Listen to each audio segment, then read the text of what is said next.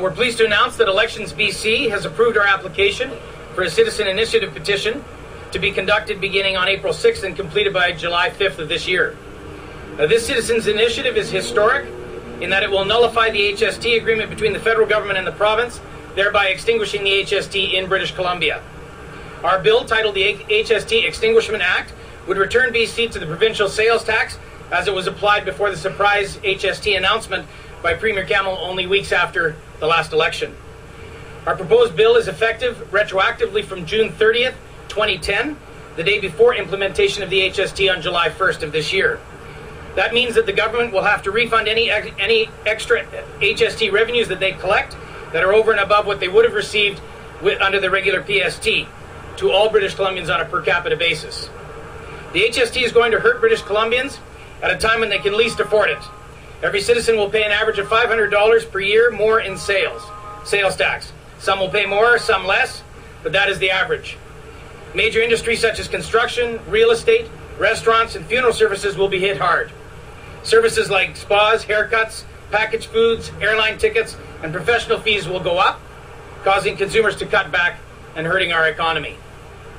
Now some are even calculating a net loss in overall tax revenues for the province under the HST. The BC Liberals are creating a small handful of winners in exchange for millions of losers. It makes no sense. We call on Premier Campbell to abide by the will of the people and commit his government to repealing the HST if the citizen initiative petition is successful.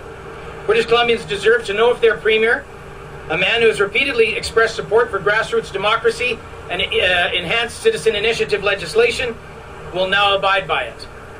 This is a chance for British Columbians to stop a tax that they do not approve of and to remind government that in a democracy, it is the servant of the people and not its master. One of the things we're seeing as well is that a lot of the emails that are coming in, it's a sense of betrayal by people that the tax itself was brought in without a mandate so shortly after an election when they could have told the people they were going to bring it in.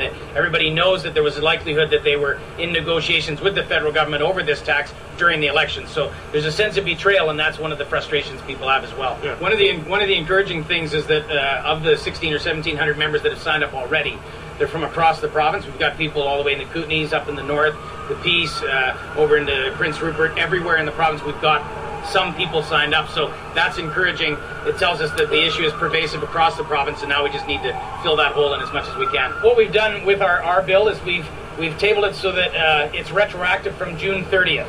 So that's the day before implementation of the HST. What that means is if the government proceeds with the HST, by the time they table this legislation, which could be about 3 months period of time, the HST will have been in effect for that period of time. Therefore, they will have to refund any extraneous HST monies collected above and beyond the PST. What we're trying to do is reset the clock to zero. Go back to what was originally there prior to the implementation of the HST. So we've said they would refund the monies above and beyond what they would normally have collected with a PST. We're not trying to stick it to the government. We're just trying to say, look, if the people don't support this, go back to where you started and start over again.